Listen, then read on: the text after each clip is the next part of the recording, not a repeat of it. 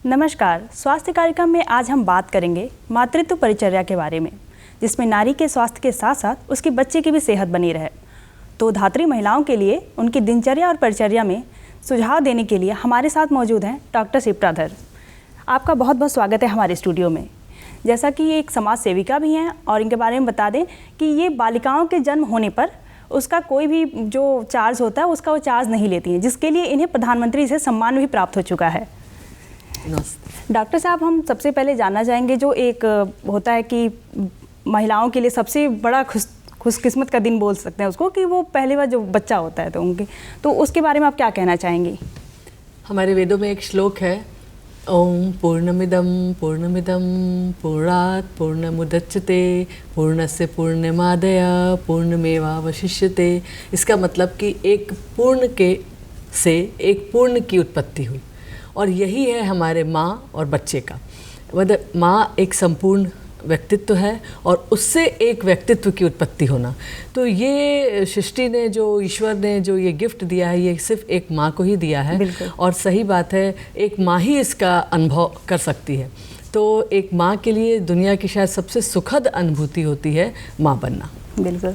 हम ये जानना चाहेंगे, जो गर्भवती महिलाएं होती हैं तो वो जो 9 मंथ का उनका गर्भावस्था होता है, उसमें उन्हें कितने बार रूटीन चेकअप के लिए अस्पताल जाना चाहिए?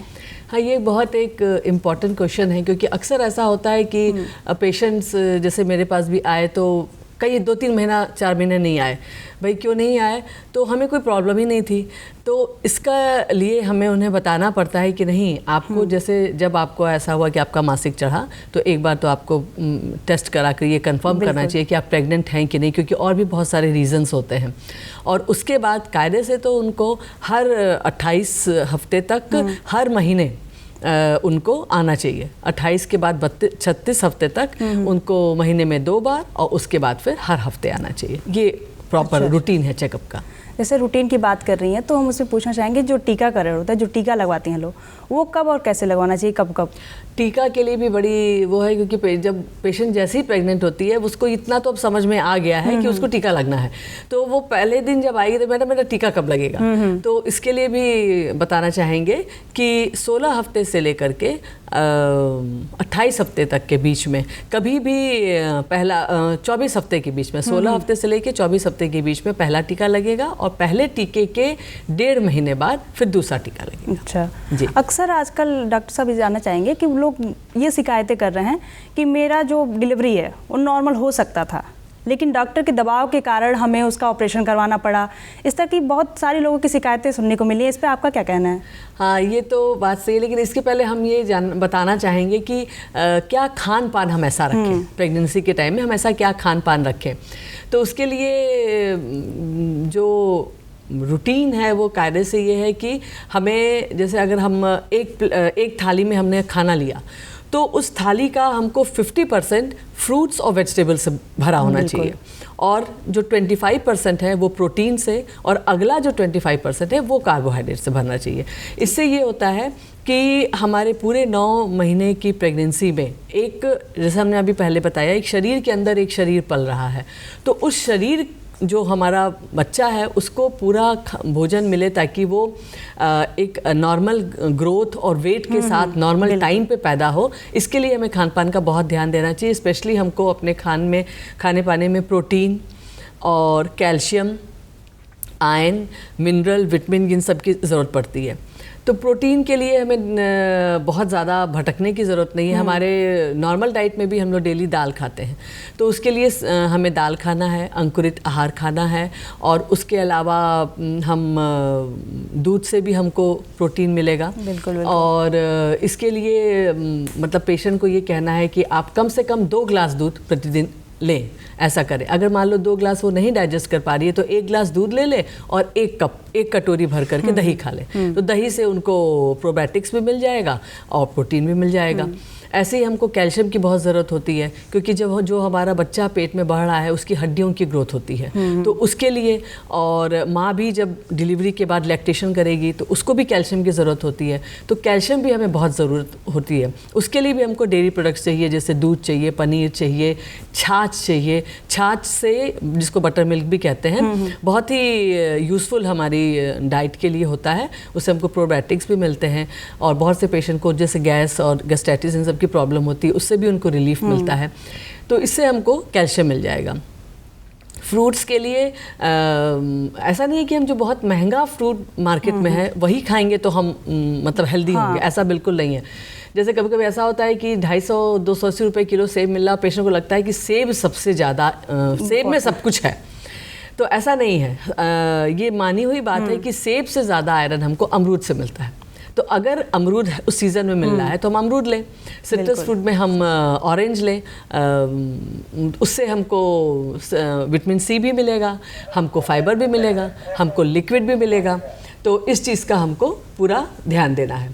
और उसके साथ ही साथ हमको अपने खाने में आयरन की बहुत ज़रूरत है, क्योंकि प्रेगनेंसी के टाइम में हमारा हीमोडाइल्यूशन हो जाता है। हीमोडाइल्यूशन मतलब हमारा ब्लड जो है वो थोड़ा पतला हो जाता है, तो बॉडी में हीमोग्लोबिन की कमी होती है। तो हीमोग्लोबिन के लिए आयरन चाहिए, प्रोटीन चाहिए, तो इसलिए हमको आयरन की बहुत ज़रूरत होती है। तो आयरन रिच डाइट हमको लेना चाहिए। आयरन का बहुत अच्छा सोर्स होता है, गुड़ हम ले सकते हैं, चना ले सकते हैं, और चुकंदर ले सकते हैं। इन सब चीज़ों से हमको ग्रीन एंड लीफी वेजिटेबल्स की बहुत ज़्यादा ज़रूरत होती है, जिससे कि हमारे शरीर में सारी चीज़ें मिलेंगी। इसके अलावा हमको पोटेशियम चाहिए, मैग्नीशियम चाहिए, जिंक चाहिए, तो इसके लिए हमको फ्रूट्स और ये सब की ज़रूरत पड़ती है। अभी जैसे आप खान पान और सेहत की बात कर रही हैं, आजकल ज़्यादातर महिलाएं, बहुत सी ऐसी महिलाएं हैं जो धूम्रपान कर रही हैं, अल्कोहल सेवन कर रही हैं उसका, तो उनके गर्भावस्था पर क्या असर पड़ सकता है? बहुत ही बुरा असर होता है, और जिस दिन से पता चल जाए पेशेंट को कि वो प्रेग्नेंट है, तो उस दिन से उनको एटलीस्ट अल्कोहल और धूम्रपान तो बिल्कुल ही छोड़ देना चाहिए, एकदम से नो टू इट। और कैफीन से भी बहुत प्रॉब्लम होती है, तो अगर आप चाय कॉफ़ी की बहुत यूज टू हैं तो दिन भर में 1 या 2 कप चाय या कॉफ़ी ले सकती हैं, लेकिन उससे ज़्यादा अवॉइड करना चाहिए। और अल्कोहल और धूम्रपान तो बिल्कुल ही छोड़ देना चाहिए। अब हम आपके एक प्रश्न का, जो आपने अभी नॉर्मल और ऑपरेशन की बात की थी, उसका ज़रूर जिक्र करना चाहेंगे।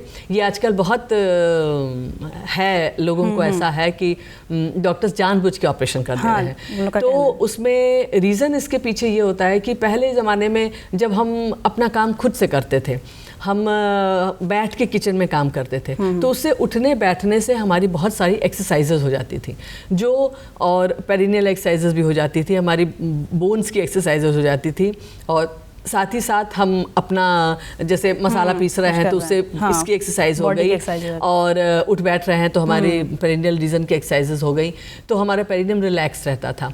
उसके अलावा खान पान भी हमारा बहुत सेहतमंद होता था। अब जनरली हम या तो डिब्बा बंद खाना खाते हैं, या वो जंक फूड्स लेते हैं, जो हमें बहुत ही ज़्यादा नुकसान करता है।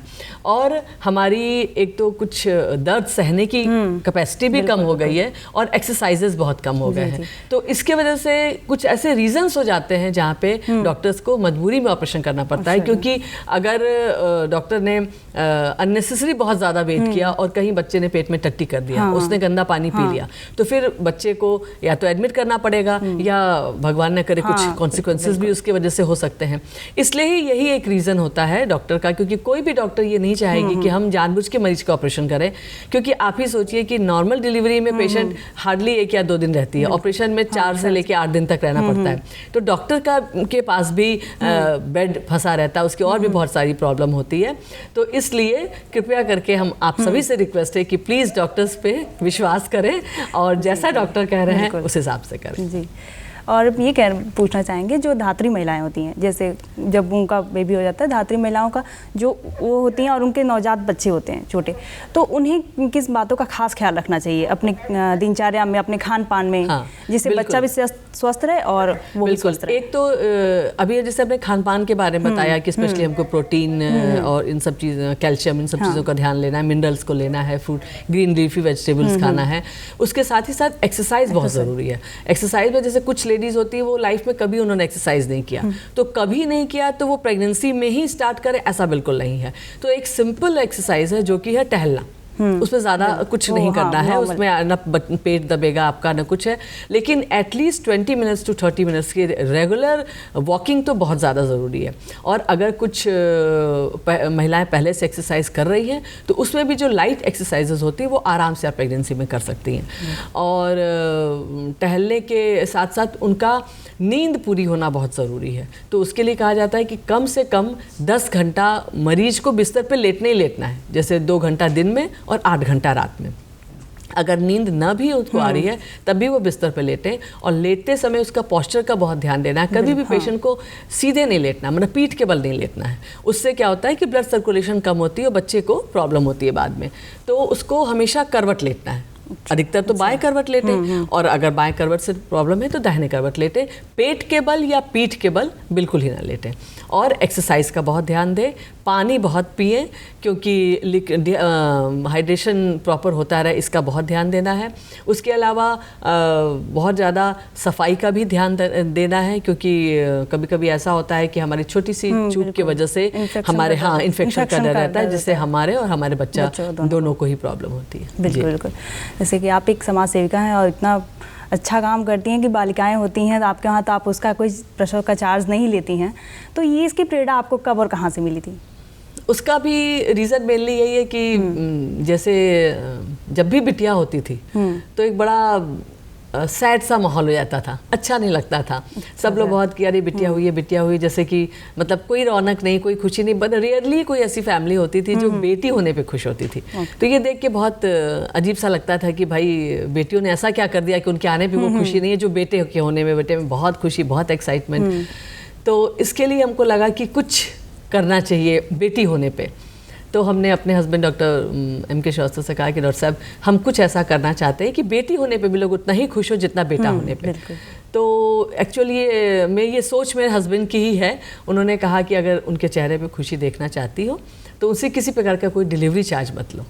तो बस ये बात है 14 जुलाई 2025 की, और 25 जुलाई 2014 की, सॉरी 25 जुलाई 2014 की ये बात है।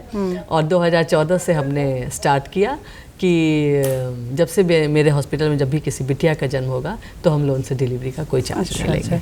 तो मतलब आप जब से कर रही हैं, मतलब ये बदलाव लाने के लिए, तो उसमें आपको कितना परिवर्तन दिखा है पहले में, और आप काफ़ी टाइम से हैं तो उसमें कि लड़के होने में लड़कियों होने में कुछ बदलाव नजर आया? हाँ, बिल्कुल नजर आया, क्योंकि अब वो माहौल नहीं रहता। सबसे जो हम चेंज करना चाहते थे, क्योंकि हमने अपने एक इनिशिएटिव को एक नाम भी दिया था, बेटी नहीं है बोझ आओ बदले सोच। तो इस सोच से हमने ये इनिशिएटिव स्टार्ट किया था, और अब बहुत अच्छा लगता है। जैसे डिलीवरी के बाद अक्सर साइन कराया जाता है ना कि बेटा हो या बेटी हो, जो भी हो, तो साइन कराया जाता है। तो बहुत से फादर्स ऐसे हैं जो आते हैं तो साइन के समय कहते हैं कि मैडम हम बहुत खुश हैं कि हमको बिटिया हुई है और हम अपनी बिटिया को आपकी तरह बनाना चाहते हैं। तो ये सोच करके, ये मतलब सुन करके ही लगता है कि चलो जो हम चाहते थे कि बेटी होने पर भी सेम खुशी हो वो।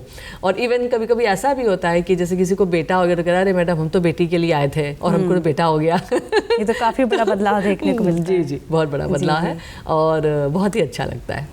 आप जाते जाते, अब तो समय हो चुका है, जाते जाते हमारे दर्शकों को, खासकर गर्भवती महिलाओं को आप क्या संदेश देना चाहेंगे?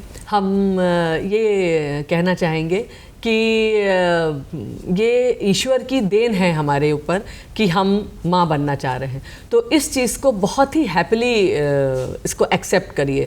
और बहुत से लोग ये सोचते हैं, इस 9 महीने को इसी में गुजार देते हैं कि ये बीमारी, ये दर्द, वो दर्द, इसको खूब खुशी से एक्सेप्ट करिए। ये कोई बीमारी नहीं है, ये ईश्वर का दिया आपको एक आशीर्वाद है, जिससे क्योंकि हम एक सृजन करता है, हमने ये शक्ति सिर्फ हमारे में है, एक स्त्री में ही है कि वो कुछ सृजन कर सकती है।